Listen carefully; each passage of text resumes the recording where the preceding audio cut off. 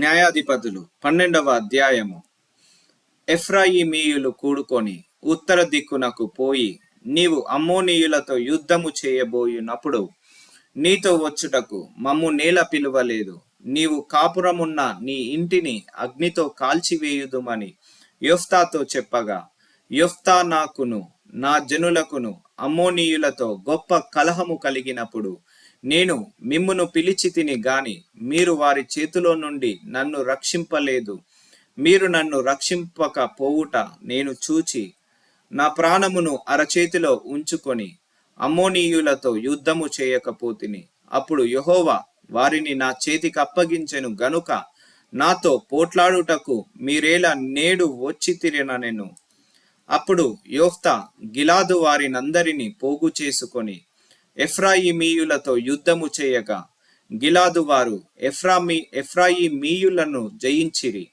ఏలయనగా వారు ఎఫ్రాయిమీయులకును మనష్షీయులకును మధ్యను గిలాదు వారైన మీరు ఎఫ్రాయిమీయుల ఎదుట నిలవక పారిపోయిన వారనిరి.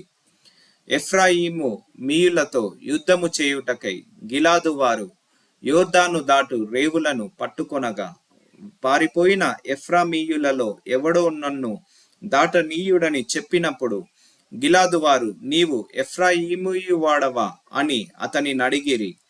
అందుకతడు నేను కాను అనిన ఎడల వారు అతన్ని చూచి షిబ్బోలేతను శబ్దము పలుకుమనిరి. అతడు అట్లు పలక నేరక సిబ్బోలేతని పలకగా వారు అతన్ని పట్టుకొని యోర్దాను రేవుల యొద్ద చంపిరి. ఆ కాలమున ఎఫ్రామీయులలో 42,000 మంది పడిపోయిరి. యొఫ్తా 6 సంవత్సరములు ఇజ్రాయేలీయులకు న్యాయాధిపతి అయి ఉండెను. గిలాదు వాడైన యొఫ్తా చనిపోయి గిలాదు పట్టణములలో నొకదాని యందు పాతిపెట్టబడెను. అతని తరువాత బెత్లెహేము వాడైన ఇబ్హాను ఇజ్రాయేలీయులకు అధిపతి ఆయెను. అతనికి 30 మంది కుమారులను 30 మంది కుమార్తెలను ఉండిరి. అతడు ఆ కుమార్తెలను తన వంశము చేరని వారికిచ్చి తన వంశమునకు చేరని 30 మంది కన్యలను తన కుమారులకు పెళ్లి చేసెను. అతడు 7 ఏండ్ల ఇజ్రాయేలీలకు అధిపతిగా నుండెను. ఇబ్సాను చనిపోయి బెత్లెహేములో పాతిపెట్టబడెను. అతని తరువాత జెబూలూనీయుడైన ఎలోను ఇజ్రాయేలీలకు అధిపతి ఆయెను. అతడు 10 ఏండ్ల ఇజ్రాయేలీలకు అధిపతిగా నుండెను. జెబూలూనీయుడైన ఎలోను చనిపోయిన జెబూలూను దేశమందలి అయ్యాలోనులో పాతిపెట్టబడెను.